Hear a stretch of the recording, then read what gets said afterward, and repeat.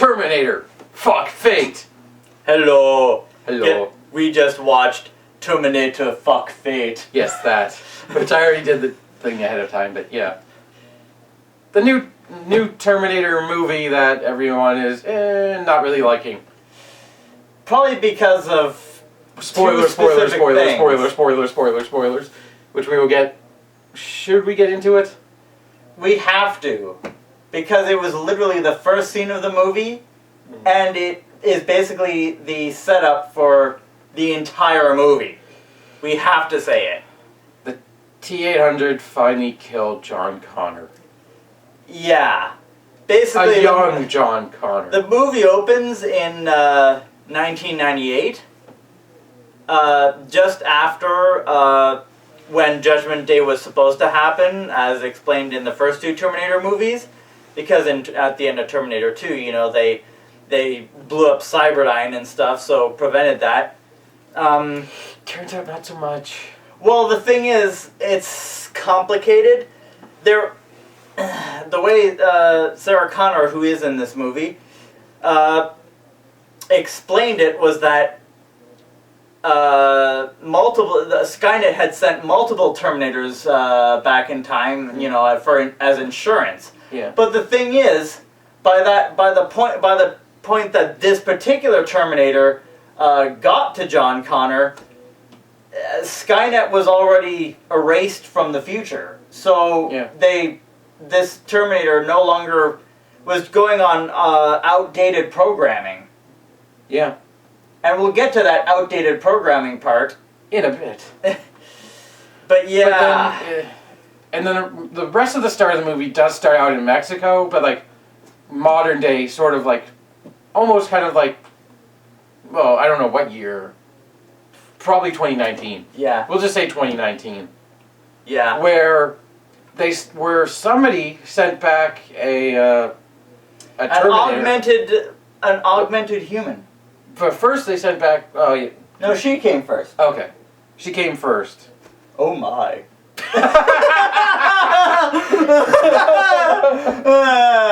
That's every woman's wish. And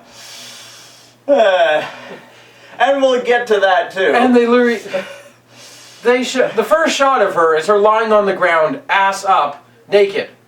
Literally shot full body, completely naked. Well, the thing is, in their defense, the first Terminator movie showed the first shot was like Arnold Schwarzenegger, buff young Arnold Schwarzenegger, just walking to the edge of an oversight site, and you see the entire naked back, his entire naked back, and his butt crack. Yeah. So how is this any different? they showed that a lot longer than feminism, equal opportunity. I don't know. Who cares? It was only on screen for less than a second. But they also semi-showed her nude later. They didn't show it because she had a medical gurney on, but she literally says to one of them, "Who said you could look at my... Did I say you could look at my naughty bits?" Something like that. But so she gets sent back. She's unconscious. She's saved by a couple who presumably gonna have sex on the trunk of a car. Presumably. Yeah. In Mexico. Yeah. And she wakes up and she fights off the cops and escapes, runs away, takes his clothes. Yeah. Well, not all of his clothes, but like... Yeah, everything but his underwear. Yeah. I love his first response. He's like, "Oh, how can I help you?" It's a second, "Fuck you, lady!" With the middle finger. Like waving middle fingers at her as she runs away. Yeah. But then they sent back the new Terminator. Yeah, which... Codenamed Rev-9. Yeah. In the trailers, I didn't really think that the actor playing him was gonna... It didn't really work for me, but as soon as I saw him on screen here, I was like, I changed my mind. Yeah, he did well as an infiltration unit. Basically, the first scene was very awkward because he didn't know the person he was looking for's nickname. Because he tried to... He showed up at her house. Because we also got a little bit backstory on her. Well, first I want to explain some of the features of the Rev 9. Okay. For one, we there's one other thing about the time displacement effect that in this that they showed in this movie that was different from any other movie. Maybe because now it's Legion instead of Skynet, which we will get to. Complain about. Yeah, the Skynet. We have opinions about it. Yeah, the Skynet time portals were very hot. They melted everything around them. Yeah. These like ones even like especially it showed this in Terminator 3 where like when the TX time travel, like she time traveled into like a clothing store like display case, and it melted the glass and all the mannequins and everything around them. This one is the opposite. It's cold. It freezes everything around it. Yeah. Which science? It's kind of awkward when he time traveled right in front of a woman. Yeah, but one cool thing we did get to see that we haven't gotten to see, never saw T-1000 do, is actually he just she was like hanging out laundry to dry. Yeah. And he just walked up to her as she was holding like a dumbfounded like. Yeah, like holding a shirt, a button-up shirt, and he just touched it, and instantly, because he's one of those shape-shifting Terminators, he's not a T-1000, but I'm about to. It kind of feels like he. Shut up, phone. It kind of feels like he's based off that design or that idea. Well, so is the TX. You know, the whole shape-shifting thing. My only complaint is that I don't like the black Glux kind of effect.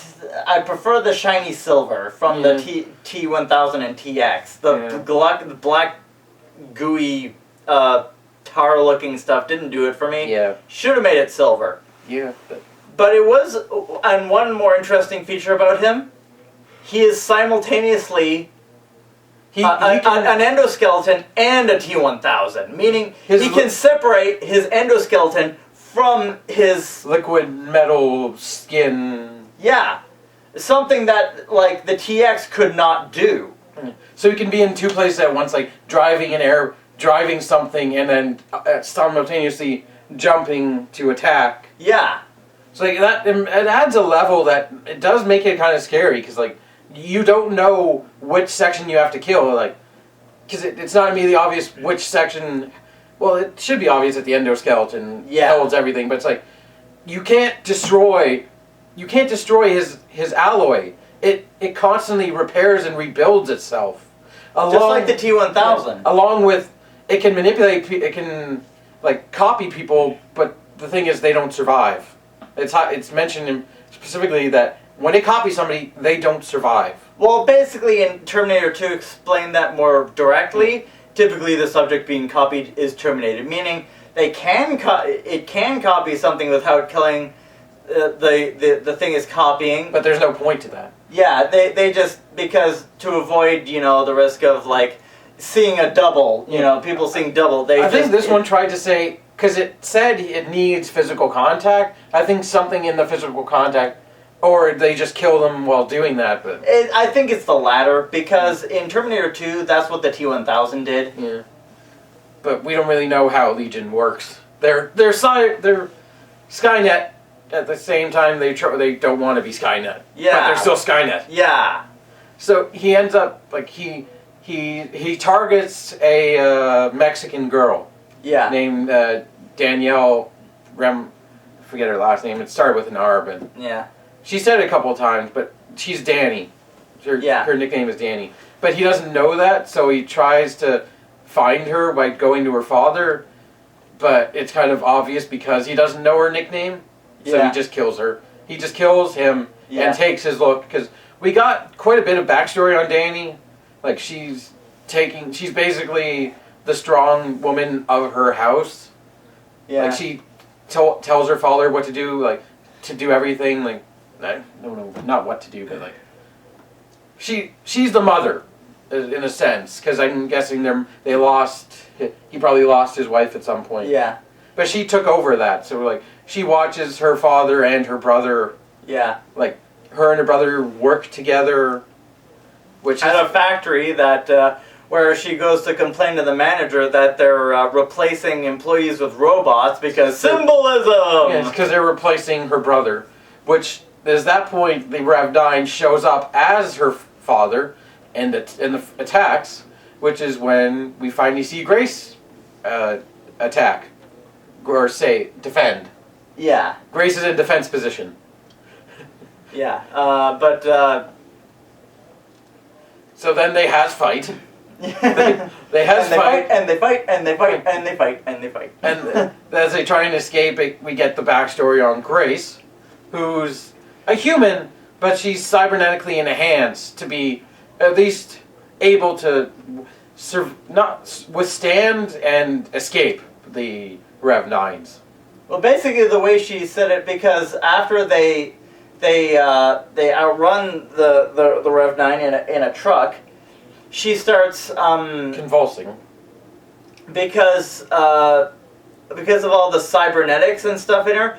She needs a certain cocktail of medications to stay alive. Yes. And it's like, fight it, run away, or die, basically. They're not designed to last. Yeah. They're designed to protect and then die. Yeah. But before that, we get old Sarah Connor. Who's a badass. Yeah. Like I mean, she was a badass in Terminator 2. But now she's just an old, crankier badass. She is not taking anybody's shit. She didn't in Terminator 2 either, but now she's just old and crankier. It also in the backstory, like the flashback, it shows her kind of going like kind of crazy, like in her interviews, like from the first one, where she sounds crazy. Yeah, like, it was in the mental hospital. Yes, where she's talking about the Terminators and what date everything's gonna happen. Yeah. So she's had to live with that kind of guilt for past X amount of 40 plus years. Yeah. Because she's definitely in her 60s, if not later. Yeah. Probably 70s. Yeah. But still able to fight. Yeah. With enough firepower, America, guns. She at least incapacitates it for a little bit. Because as the movie gets on, it's explained that she's been fighting Terminator, or destroying Terminators for so long. But this one, it takes a different level to destroy. It's made out of stronger stuff than usual. It was. I don't think It was probably tungsten. No. No, they didn't. They didn't say what it was made of, and it doesn't even really look like metal. It's black. Yeah, but I'm thinking like it's harder to destroy than the tungsten she's used to. Because wasn't the 850 upgraded to tungsten? No, it was coltan. Titanium coltan alloy. Okay. You play Mortal Kombat 11, where the Terminator specifically mentions what his endoskeleton is made of. Excuse me for getting it wrong. When he's fighting that guy with the mask, is like your swords can cut through titanium coltan alloy. It's like a hot knife through butter. So like. Okay, I got it wrong. Stop. Move on. But yeah. Fight. The rest of the movie is a fight. Yeah. With small bits of running, but mostly fighting. With the trucks and cars and planes and helicopters. And lots of guns. Yeah. Because America. Because Terminator because action movie. Yes. Oh, speaking of America, one of the plot lines is they have to, this is hilarious, they have to sneak into the, across the, to the American border into Texas. Yes. And when they get to the wall, it's not a wall, it's just like this panel aluminum fence. It kind of looks like a shipping container. Yeah, and how they get past it, I'm sure this is commentary on Trump. Obviously. There's this little hole dug under it, and they just remove this this steel plate, and then there it is. Yep. Because this movie obviously has a political agenda, but it wasn't overboard, and like it wasn't. It didn't feel painfully forced. No. It felt like... Especially the thing with the wall, it was subtle enough. They didn't talk about the wall, they didn't say it being a wall, they didn't mention Trump in any way, but it was clear what they were parodying with this. How pathetic this wall was. So they have to get to these coordinates in the United States, which are marked on Grace's stomach, but also we find out are the same coordinates. A person has been texting Sarah, telling her the location of every single Terminator that's popped up. Yeah, and because Grace just hacks her phone by breaking. It's like, what are you doing? Future shit. We also need to bring up the fact that to hide her phone from being detected, she keeps it inside of a potato chip bag. And Grace is like, well, then what's with all these other potato chip bags? Because I like potato chips. And it's Ruffles. Yep. Product placement. Product placement. And also, I really enjoyed the... It's also sometimes Lay's. Yeah. It's Lay's and Ruffles, so I really enjoyed the banter between the two, because like, neither of them are going to take shit from the other one. They really hated each other during the first half of this movie. And it worked, because they were just like, why do I want to... Like, Grace is like, why do I want to... You might be the good guy, but why do I want to punch you in your fucking face? Like, it's... Sarah and Grace have all the swear words in this movie. They're always swearing, whether it's fuck or shit or... Just like, they're swearing... More than the angry video game nerd. Yes, more than me. Yeah. More than both of us combined playing the entirety of Luigi's Mansion. But, yeah, they have to reach this location, which we don't know what's there. We just know it's a person. But I'd already obviously figured out because of the trailers. But yes, the trailers, it's Arnold. Yeah. It's the Terminator. It's the one that killed John Connor at the start of the movie in the flashback. But it's Carl. This is where the movie gets hilarious. He's called Carl, and he has an upholstery service. Yeah, he's an interior decorator. Yes. And he lives with a wife and we'll find out is a grown-up son. Well, we have to adopt it. Yeah. Well, I don't think Arnold filed any paperwork to adopt him. No, but I mean foster father. Basically, yes. The story is the original father was a douchebag who beat her and threatened to kill her. So Arnold just one day he saved her. Crazier than usual. Then the Terminator came in and beat the shit out of him. He saved her, and after he killed John Connor, he had technically Skynet was destroyed. So he had no further orders. So he had nothing else to do. So he saved her, and in the process, kind of developed the human emotions, or what he called the equivalent. Yeah, the equivalent of human emotions. So like kindness and love and compassion and love. So he basically became a family man. And then it's funny, first obviously Sarah Connor is constantly trying to shoot him because he killed her son, and she's been living with this rage and guilt for so long that she can't even come to acknowledge him other than I want to fucking kill you. I'm going to fucking kill you. She literally says like, when this is all over, I'm going to kill you. I understand. But you want to do his famous lie where it's like Sarah Connor was like, how do you have a relationship with her? Does she not know that you're 400 pounds and never sleep? He's like, it's like our relationship is not sensual. I change diapers. I don't complain. I listen very well, and I'm very funny. And everyone laughed at that, including us. Yes. We laughed harder than we probably should have. But it was funny because it was Arnold saying it. It was the Terminator saying it. But for some reason, that changed diaper design made me think that their son was still a child. For some reason, I thought that. Well, at the time, he would have been. Well, he was an adult, but because he said 30 years had passed. Yes, 20 years. He said it like it sounded like he still did it. Because he said, I changed diapers. So it sounds like he's saying, I still do it. Nitpick. Or if he said changed, I can't tell. I'm pretty sure it was past tense. Whatever. It sounded like he said it in present tense to me. So. It was past tense. Who cares? Moving on. But they have to find a weapon to defeat the Terminator. And there was funny the banter between him and Grace. 'Cause he's like, I am Cyberdyne. He's Cyberdyne. He says his.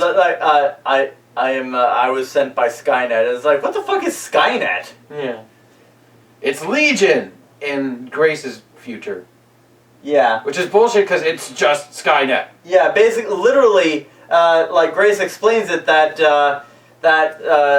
it just happened. Everything just shut off.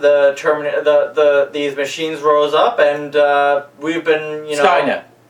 Yeah. That it was Legion was literally just designed to fight wars for us or whatever. Like, it was a military program, and it's like, that's Skynet. That's Skynet. What the fuck was the point? Even the other crappy Terminator sequels still called it Skynet. They just said, oh, well, it was delayed because of what the events of Terminator 2. It just got pushed back. What the fuck was the point? There was no point. Yeah. Marketing, I don't know. Fuck it. It was stupid. Yeah, but that was we've basically just said our two main complaints about Yeah, those are the main... Everything was good. Between good and okay. Good and funny. Yeah. Those are the two things. Like Arnold's dialogue was all funny and like a good funny, not like Genesis funny. Although I did like that. Yes. But this was actually like funny because it's Arnold. And like it's the Terminator, it's like not something you expect him to say, and yet he makes it funny. Yeah, like especially in a later scene when they're like getting ready to get on a plane, because Sarah Connor has this like mole in the government that helps her out. Yeah. Oh, because there's something else we need to mention? So the rest of the movie centers around they need to find a weapon to shut it off, which is an EMP. Speaking of weapons, though, before they decide to get the EMP, we need to mention the giant Arnold's Weapon Emporium. So kind of like Commando, but this time they say like one of the characters, it might have been Danny, asked, so what are you doing? Why do you have all these? And he's like even if Skynet never came to be, I still calculated that humans would eventually get violent, and these were to defend my family. Also, this is Texas. We also have to explain what he said on why the Terminators, because he kind of explained, but didn't need an explanation, on why Sarah Connor keeps fighting Terminators. Yeah. Or not. Because he felt guilty for taking John Connor from him, so he was sending her these texts to try in hopes of giving her life purpose, meaning. But he also kind of said on, like, why he knew what was happening. Yeah, that basically whenever there's a temporal, time displacement effect, that moments briefly before it happens, there's this like signal. I'm assuming it's tachyon related because time travel tachyons are these theoretical particles that move faster than light and backwards through time. They're common in science fiction. So I'm assuming it has something to do with that. He can detect tachyons, I guess. But yeah. Being a Terminator, it would make sense that he'd be able to detect those. And there is a giant freaking centipede right over there. Holy shit! We have big centipedes in here. You can't see it on screen because it's cropped, but like, yeah, that thing is fucking huge. We got big centipedes here. Okay, let's continue. Yeah. So they have to get. So the rest of the scene is them trying to kill him, trying to kill the Rev 9. Yeah. And the Rev 9 trying to kill Danny. Yeah. Because we find out Danny is actually she is John Connor basically in the future Grace experience. She is the John Connor. She started the human revolution and actually saved Grace from being attacked and possibly killed by a group of scavengers. Scavengers, yes.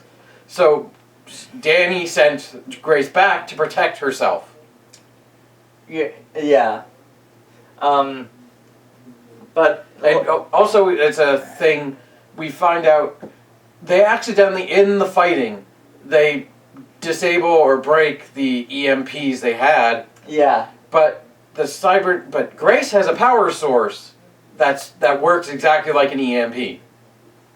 just smaller. Yeah, just the thing, and they can't take it from her without killing her. Yeah, So it immediately, the movie did well of like establishing like suspense and like good, like you don't know when it's gonna happen, and it's like you want them to win, but you also don't want the characters to die, like because they were all strong and Arnold's obviously Arnold. yeah. One thing that I was actually kind of expecting that they would do, but they didn't. Kill Sarah Connor? No, well, I mean, I was 50-50 on that. No, I was expecting, like, yes, like, they established that, Grace has, like, being a cyborg, has a power source that can disable the Rev 9. There goes the centipede. Okay, stop talking about it. For now. But, we know from previous Terminator movies that so does the T-800. In fact, in Terminator 3, I know it was retcon and a continuity, but they could have brought this point back, that the T-800 is powered by 2 hydrogen fuel cells, which blow up like grenades when they rupture. Hydrogen bombs. Yeah, mini ones. They could have done. I was honestly expecting them to do that he was going to take out his power source and use it. Because he has 2, but he can still survive on 1. Like he can run, a T-800 can survive on 1 for a long time. Again, that's from Terminator 3 though, which they retconned out of continuity, but they really didn't need to for that. They could have brought that point back, and I kind of wish they did. Yeah. Because it would have made more sense for him to do that. Because he's been around for a long time, and Grace is just as a brand new established character. It doesn't feel right to kill her off so quickly. Yeah, and although they kill her off, but they also don't. Because time travel. Because time travel. So the rest of the movie is mostly a fight scene of them running away and shooting at the Rev 9. And trying to find what they call the kill box. The place where they're gonna, the final showdown and they're gonna trap him to hopefully destroy him. Basically like the steel forgery factory in Terminator 2, essentially. Again, it's always a factory, isn't it? Like in the first movie, it was like a car assembly factory. I think this one was like something to do with the waterfall because they end up it was crashing. a power plant. Yeah, power plant. It was a power hydro. There were also good moments of like good character moments throughout. Of like the Terminator being like the most socially smart Terminator we've ever seen. Of like the Rev 9, you mean? Yes, the Rev 9. He is a Terminator, but we need to differentiate. Okay, there's Carl and there's Rev 9. The Rev 9 going around changing his accent to the different people he's around, and changing his voice to be like, "Hey, what's up? Sorry about your roof," and move on. Yeah. And like he got through a metal detector by saying, "Oh, sorry, metal leg." 2 tours in Afghanistan. Like he understood how to manipulate people into letting him through and not suspecting him. Yeah. Like besides the first part where he didn't know Danny's nickname, because who in the future would know that really? Like it's not something Legion would know that she calls herself Danny because they don't care. Are you the legal guardian of John Cock? Arnold has Windows Vista. Look that up. Yes. It's hilarious. So like, through the rest of the movie, Vista. He is able to like infiltrate people effectively because he understands social norms. Whereas with the T-800 model, it took him like 20 years to get to that level of just... Because, it was established in Terminator 2, his CPU is a learning computer, so the more he interacts with humans, the more he understands them and can socialize with them. But it takes time for him to do that, whereas the Rev 9 was ready to go right off the bat. Yeah, it took him a second to adjust because of the the nickname thing, but after that, like even he dressed himself for the part as well. Like he dressed to match the place he was in. Like even because they got detained at the border. He dressed as a border security guard to get himself through. Even as he left, he's like, "Oh, you really want to go in there? You want to see the stuff that happened in there?" Like he's social, and it also makes sense because he like. Yeah, whereas Carl is still, while he can socialize, he's still Arnold. So it's still obvious because he sounds robotic. But the thing is, Arnold sounds robotic. Yes. So it's like he's human enough. Yeah. And he was human enough that apparently, like in the 20 years that he was, in this relationship with this family, they didn't know he was a fucking Terminator. Yeah. He never told them. No. But he told them his past would come back to get him. Yeah. I'm guessing he told them, I don't know, maybe he didn't tell them he did bad things, but he told them that something in his past would come back to get him. Yeah. But, and also, I want be back. Yeah. Also, there's another funny line he had when they're in a van, like, ready to get on a plane. Yeah. Discussing... Oh, it's not here, no. No. I thought you saw it. No, I didn't. I was just adjusting my chair. No, it's in there somewhere. Yeah. Where he was discussing Argyle with Danny. Yeah. He was talking about a client who wanted to do... a kid's room? Who wanted to paint a kid's room, but... Like salmon or something. A solid color, but... Yeah, solid. Like, no, don't do that. Don't do that. You need butterflies, you need polka dots, you need rainbows, you need unicorns. Don't make it a solid color. It's funny because it's the Terminator saying it. It's not something you expect the Terminator to say, and yet it sounds Put that cookie down. It sounds perfect coming from Arnold. It's not a tumor. Yeah. It sounds like one of his other like cheesier movies, like Kindergarten Cop or something. So it ends up similar to how Genesis ended, with Arnold sacrificing himself to defeat the Rev 9 in this case. He did that in every movie. Yes, okay, it's a Terminator trope, but because the Rev 9 keeps trying to take the because what they did is they put him in a fan or like a moving thing. A turbine. A turbine. It was a turbine. Which blew up, so he couldn't reform his metal alloy. So all he had was his endoskeleton, which was still threatening enough. Yeah. They had to shut it down. They had to remove Grace's power cell. Yeah. And finally finish him off. But he kept trying to rip it out because it didn't go off immediately and disable him immediately. He kept trying to rip it out, but Carl, because he's called Carl, sacrificed himself to take it out, terminating both of them. Yeah, but which again, I feel like it should have been his power cell. They could have kept him alive. They could have kept Grace alive. No, well, no. I mean, with being as a Terminator trope, it makes sense for him to do the self-sacrificing, especially since, they established that he was basically, I won't be back. Yeah. So they should have just had it, set up that Grace could have taken out her power cell, but then at the last minute, as they're about to do it, have him take out his instead. Yes. But instead and it have the same function. He was unconscious and woke up just to save Danny. Well, unconscious? He's a machine, so offline? Offline, sure. Yeah. And it took Sarah Connor calling him Carl. He was blue screen. Yeah. Calling him Carl to wake him up. Because... Symbolism. Because she refused to call him Carl earlier in the movie, so she finally's like, oh, fuck it. Carl! Save her! He's like, alright. I'm back. For a little bit. Yeah. But again, they really should have just... It should have been his power cell. Okay, now that's three things that kind of annoy me. Three. So in the end, Sarah and Danny right away, but they end up going to a place where... A park.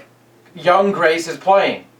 And they have a look at her and they go, well, I'm not going to let her die for me again. So then they drive off, presumably to another reboot. Presumably. But they Yeah. write off what you would think would happen if they would continue the story was they would prepare for Legion to send back another Rev 9. Or more likely, they do what they did in Terminator 2 and go to the headquarters where Legion is being built and just blow the shit up. That too, yeah. Because that's what they did with Cyberdyne. Skynet. Yeah. Well, Cyberdyne was the company that designed Skynet. Yeah, that's why he calls himself Cyberdyne Model. Yeah. Systems Model 101. So basically, they were getting ready to do that again. Yes. Just with whatever. Because this company built franchise just Legion. loves to just run itself into a loop endlessly. Yeah. It's basically an infinity loop. Doing the same things over and over and over again. I am inevitable. Just occasionally with better effects and better, sometimes. And sometimes worse effects and worse stories. Yes. Salvation and Genesis. Yes. Come to mind. So this story was enjoyable, but it could have been better. Yes. Those three points that I mentioned, if they had just fixed those 3 points, ditch the Legion thing, just call it Skynet like every other movie. Yeah, just say it happened later or something. Like they did in all the other sequels. Yeah. And then, they should not have killed off John Connor, especially not in the first fucking scene. Yeah. They should have had him, be a character a lot, throughout the entire movie fighting with Sarah Connor. You know, like Edward Furlong, Edward Furlong, as actually went on record saying he would have liked to reprise his role as a grown-up John Connor. They should have done that. I think they did that. Well, it's inexcusable. I think they did that to give Sarah her backstory for the movie. It's stupid. Yeah, they could have done something else, though. And besides, she was already kind of traumatized. They showed how traumatized she was in Terminator 2. She was in a fucking mental institution, for crying out loud. That should have been enough. And the fact that they were constantly running from and fighting Terminators all their lives should have been enough. And they could have shown John Connor being just as kind of, messed up. Yeah, kind of like he was in Terminator 3. Constantly running and, kind of an alcoholic, just kind of, getting medicine at freaking, vet shop. vet. It's also worthwhile, I think, to point out that this movie was directed by Tim Miller, the same guy who did Deadpool. So there's a little bit of it that feels like it's making fun of itself. Like Sarah Connor saying to Danny, "You are John Connor." Like that kind of stuff. Yeah. It felt like, I don't know. Like it makes sense because the Terminator movies are just endless loops, so they would make fun of themselves. But yeah, but if they just fix those 3 points, not kill John Connor, let him be a character fighting along with the good guys throughout the entire movie. Keep the name Skynet, not Legion. yes, but then the power source not it was fine that they set up that it could have been that they were going to use Grace's power source, but then at the last minute Carl instead uses his power source and it has the same effect. Yeah. It was okay. It could have been better. And also there's one nitpick that isn't exclusive to this movie, but rather the Terminator franchise in general. The only one person can bring humanity from the brink thing. Really it didn't occur to anyone else to actually suddenly start fighting these machines. It was one person that just told, hey, we can fight them instead of each other. I mean, I can understand that a lot of the humans would be, feel hopeless and be scavengers and stuff, but there would have to have been more than just one single survivor on the entire planet who had the balls to actually fight back. That's something that I've always had trouble with the entire franchise. That why can it only just be that one person? There would have to be thousands of people that could have been leaders like that. Yeah, it's dumb. It's dumb. And also they said that there were billions of people had died, so there might not be that many people left on Earth anyway. Yeah, but it was still established there was like at least a few million. Okay, it's a dumb trope, yes. Dumb plot convenience for the sake of plot convenience. Yeah. Also, one little point that was that the way the world ended was slightly different. Grace did mention nuclear weapons were used, but they didn't actually. It didn't do the brunt of the damage like it did in the previous Terminator movies, like in Terminator 2 and 3, where instantly 3 billion human lives just gone because of the nuclear war. Whereas this one, it was more like they tried to use tactical nukes, but it failed, and then people just died of starvation. Yeah. They ran out of food. So, more symbolism, I guess. Eh. But yeah, I don't know if I recommend going to see it. Really, it's a tough sell. The action is good. It's fun. The effects are like, as you said about the black. Yeah. It doesn't look confused, but it doesn't look that good either. Yeah, they should have just made it the traditional silver, like the T1000 and the TX. It would have been perfect if they just kept it silver. I like the idea of the humans getting desperate and augmenting themselves. It's a good it's a cool concept that a lot of franchises use. But yeah, RoboCop. Yeah, and I like the Terminator and sort of Terminator fighting. Like, although Grace and Carl never fought together, it was still fun to see them fight it. Yeah, but I mean, like, the Terminator fighting another Terminator has been a trope since Terminator 2. And honestly, the Terminator fighting between each other in Terminator 2 and Terminator 3 was better, I think, in this one. And I thinking on it now, I'm gonna rate from favorite to least favorite Terminator movies. Just Terminator 1. Actually, no. I'm gonna say Terminator 2. Okay. Judgment Day. Okay. Terminator 1, just slightly under that. They're both masterpieces. Mm-hmm. Then I'm gonna say Terminator 3, Rise of the Machines. This one, Dark Fate, a little bit under that. Quite a bit below that, Genesis. Quite. And then way down below the core of the Earth is Salvation. I hate Terminator Salvation. Hell is not good enough for it. No.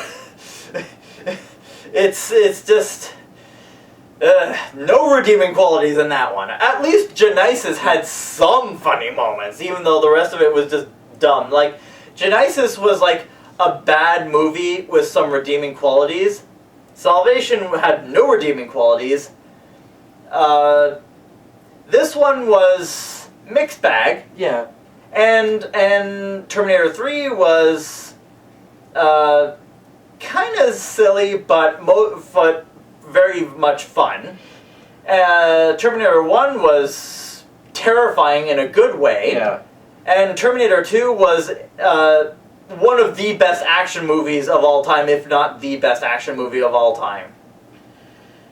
Admittedly, even though I've only watched 2 of them, I still feel a little bit tired of the main guys just running away constantly. Like, I'm a little bit tired of that kind of movie. Like, it's... I still want you to see Terminator, at least see Terminator 2. Yeah, I understand, but... And maybe Terminator 3, because I think you'll enjoy that one too, because that one is funny as well. It's like, maybe it's the part of me that likes fighting, but like, I like seeing a character stand up and like take the fight to the bad guy instead of like running away. I mean, they kind of did that in this one. They even established how to do it with a kill box, as they said. But part of the thing about the Terminators is that it's not easy to do that. That's the whole point of the Terminators. Well, it was certainly handled better than in Genesis, where they just, like, right in the first, like, 20 minutes of the movie, they take out 2 Terminators at once with just this warehouse, this abandoned factory that has acid in it. Like, and just took out that T-1000 like a fucking chump. Yeah. But yeah, fuck fate. Fuck fate. I won't be back unless they make another reboot, which they probably will. Yeah, because in which they case I will probably be back. won't make a true sequel to this. Yeah. It's unfortunate, but they probably won't. It's probably better that they reboot it yet again. Maybe just leave it alone. Eh, Maybe it's had enough. we'll see. Because it is an endless loop and it's never going to end. Maybe just end it. Mm. Like, there is such a thing as too much of a good thing. Or too much, botching it so much that people don't care anymore. Yeah, that too. Like Star Wars. Yeah, except people can't seem to stop caring about Star Wars. Because people stop caring, but as soon as a new movie hype comes around, people start caring again. I don't know. People's reactions to the trailers for Rise of Skywalker. Oh yeah, we saw that trailer. We saw another trailer for the movie based off Pearl Harbor. Yeah, Roland Emmerich directing it. The Michael Bay one, apparently I haven't seen it, but it was horrible, and now you're getting a director who has been often compared to Michael Bay to do a very similar movie. Really? And plus, why do we as Canadians care about Pearl Harbor? We were already in the war. Why do we care? What is there for me to care about that movie?